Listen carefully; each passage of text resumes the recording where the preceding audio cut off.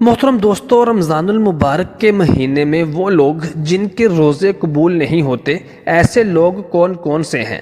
حضرت سیدنا علی رضی اللہ تعالی عنہ نے ارشاد فرمایا کہ 4 لوگ ایسے ہیں جن کا روزہ قبول نہیں ہوتا۔ وہ کون کون سے لوگ ہیں، یہ جاننے کے لیے ویڈیو کو آخر تک ضرور ملاحظہ فرمائیے گا۔ محترم دوستو، مولا کائنات حضرت علی رضی اللہ تعالی عنہ نے ارشاد فرمایا کہ دنیا میں 4 ایسے روزہ دار ہوتے ہیں جن کا روزہ اللہ تعالیٰ قبول نہیں فرماتا۔ ناظرین کرام، حضرت ابو ہریرہ رضی اللہ تعالیٰ عنہ سے روایت ہے کہ نبی کریم صلی اللہ علیہ وآلہ وسلم نے فرمایا، جو ماہ رمضان میں ثواب کی نیت سے راتوں کو عبادت میں مشغول ہو جائے تو اس کے پچھلے تمام گناہوں کو اللہ تعالیٰ معاف فرما دے گا۔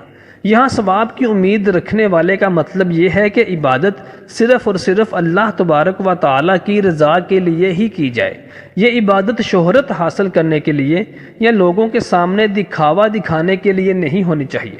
قرآن پاک میں اللہ تعالیٰ نے رمضان المبارک میں نازل فرمایا ہے، اسی لیے مسلمان رمضان میں قرآن پاک کی زیادہ سے زیادہ تلاوت کرتے ہیں۔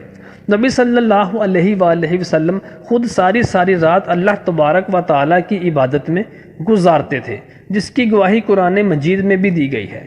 سیدنا علی المرتضیٰ رضی اللہ تعالیٰ عنہ سے ایک شخص نے دریافت فرمایا کہ یا علی رضی اللہ تعالیٰ عنہ، کیا کوئی ایسا شخص بھی ہے جس کے روزے اللہ تعالیٰ قبول نہیں فرمائے گا؟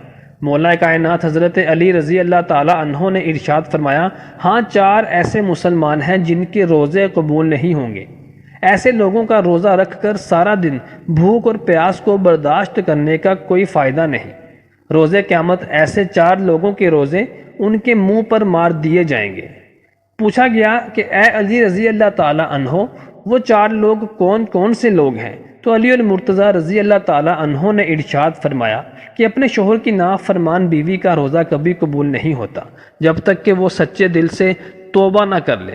پیارے دوستو، مولا کائنات علی رضی اللہ تعالیٰ عنہ کو اللہ تعالیٰ نے بے شمار علم سے نوازا ہے۔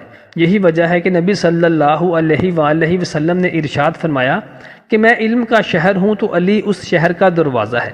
چنانچہ حضرت علی رضی اللہ تعالیٰ عنہ نے ارشاد فرمایا کہ جس عورت کا خاوند اس سے ناراض ہو تو اس کا روزہ قبول نہیں ہوگا۔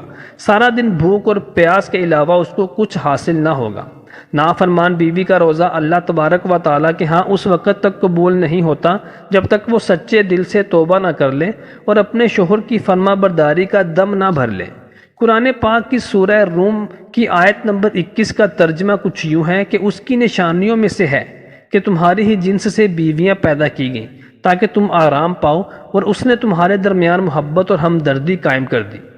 یقیناً غور و فکر کرنے والوں کے لیے اس میں بہت ساری نشانیاں ہیں۔ اور اسی طرح سورہ نساء میں بھی اللہ تبارک و تعالیٰ نے ارشاد فرمایا کہ مرد عورت پر حاکم ہے۔ اسی وجہ سے اللہ تبارک و تعالیٰ نے ایک دوسرے پر ان کو فضیلت دی۔ نیک عورتیں خاوند کی غیر موجودگی میں اپنی اور شوہر کے مال کی عزت کی نگہداشت کرنے والی ہیں، اور جن عورتوں کی نافرمانی اور بد دماغی کا تم کو خوف ہو تو انہیں نصیحت کرو اور ان کو الگ بستر پر چھوڑ دو۔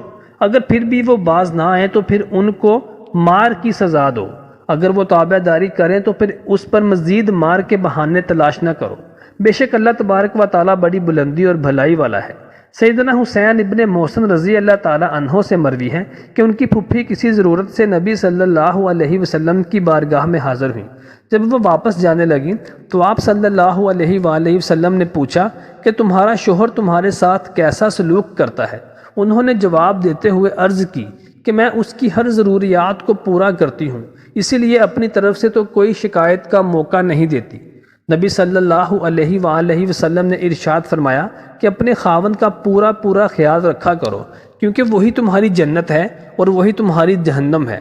اگر اس کے ساتھ اچھا سلوک کرو گی تو جنت میں جاؤ گی، اور اگر اس کے ساتھ بد سلوکی کرو گی تو جہنم میں جاؤ گی۔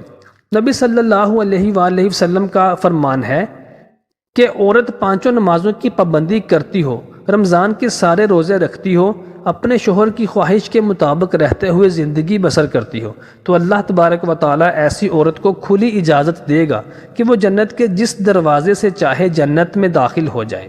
نبی صلی اللہ علیہ وآلہ وسلم کی احادیث میں ہے جس میں ایک عورت کو اپنے شوہر کے ساتھ اچھا سلوک کرنے کی اہمیت بیان کی گئی۔ مولا کائنات حضرت علی رضی اللہ تعالی عنہ نے فرمایا کہ دوسرا نافرمان شخص اولاد کا نافرمان کا بھی روزہ قبول نہیں ہوتا۔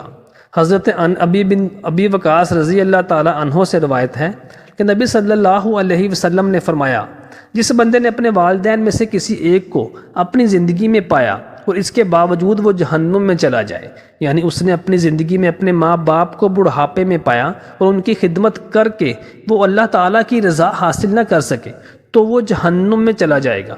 اور یہ بھی فرمایا کہ اولاد کے لیے جنت حاصل کرنے کا بہترین ذریعہ یہ ہے کہ وہ اپنے والدین کو خوش کر لے۔ اسی لیے فرمایا کہ اولاد کے لیے اس کے ماں باپ سب کچھ ہیں، اور یہ بھی فرمایا کہ ماں کے قدموں کے نیچے جنت ہے تو باپ کو جنت کا دروازہ قرار دیا گیا۔ سیدنا علی رضی اللہ تعالی عنہ نے ارشاد فرمایا کہ تیسرا وہ شخص ہے جس کا روزہ قبول نہیں ہوتا، وہ غلام جو اپنے مالک کو چھوڑ کر بھاگ گیا۔ جب تک وہ غلام اپنے مالک کے پاس واپس نہیں جاتا تب تک اللہ تبارک و تعالی اس غلام کا روزہ قبول نہیں فرماتا۔ مولا کائنات حضرت علی رضی اللہ تعالی عنہ نے ارشاد فرمایا کہ اے شخص، چوتھا انسان وہ ہے جو اپنے امام کی اطاعت نہیں کرتا۔ سیدنا ابو ہریرہ رضی اللہ تعالی عنہ سے روایت ہے کہ نبی کریم صلی اللہ علیہ وآلہ وسلم نے ارشاد فرمایا، جس نے میری اطاعت کی اس نے اللہ تعالیٰ کی اطاعت کی، اور جس نے میری نافرمانی کی اس نے اللہ تعالیٰ کی نافرمانی کی۔ قرآن پاک میں ارشاد ہے کہ نبی کریم صلی اللہ علیہ وآلہ وسلم کی اطاعت کے بعد امام وقت کی اطاعت کے بارے میں اللہ تعالیٰ نے فرمایا کہ اے ایمان والو، حکم مانو اللہ تعالیٰ کا اور حکم مانو اللہ کے رسول صلی اللہ علیہ وآلہ وسلم کا، اور ان کا حکم مانو جو تم پر حکومت کرنے والے ہیں۔ قرآن مجید اور حدیث محمد صلی اللہ علیہ وسلم میں ہے کہ اللہ تعالیٰ کے رسول صلی اللہ علیہ وسلم نے ارشاد فرمایا کہ میری اطاعت کے بعد تم پر اپنے امام یعنی کہ امیر جو حکومت کر رہا ہے اس کی اطاعت لازمی قرار دی گئی ہے۔ حدیث مبارکہ کے آخری حصہ میں یوں فرمایا گیا کہ جس نے اپنے امیر کی اطاعت کی اس نے اللہ کے رسول صلی اللہ علیہ وسلم کی اطاعت کی، اور جس نے اپنے امیر کی نافرمانی کی اس نے میری نافرمانی کی۔ پیارے دوستو، اللہ تبارک و تعالی نے ہم پر رمضان المبارک کا مہینہ اس لیے نازل فرمایا کہ ہم نیک کام کر کے دوسرے مہینوں کی نسبت لاکھوں اور کروڑوں درجے نیکیاں حاصل کر سکیں اور اپنی بخشش کے حقدار بن سکیں۔ پیارے بھائیوں، ہم کو اس بات پر غور کرنا ہے کہ کس طرح سے ہم نے ان چار گناہوں سے، ان چار باتوں سے بچنا ہے۔ اگر ہمارے اندر ان میں سے کوئی بھی گناہ موجود ہے تو فوراً اللہ تبارک و تعالیٰ سے سچے دل سے توبہ کر لینی چاہیے اور اپنے ماں باپ کا فرما بردار بن کے ان کی خدمت کر کے جنت حاصل کر لینی چاہیے۔ محترم دوستو، امید کرتے ہیں آپ کو ہماری آج کی ویڈیو پسند آئی ہوگی۔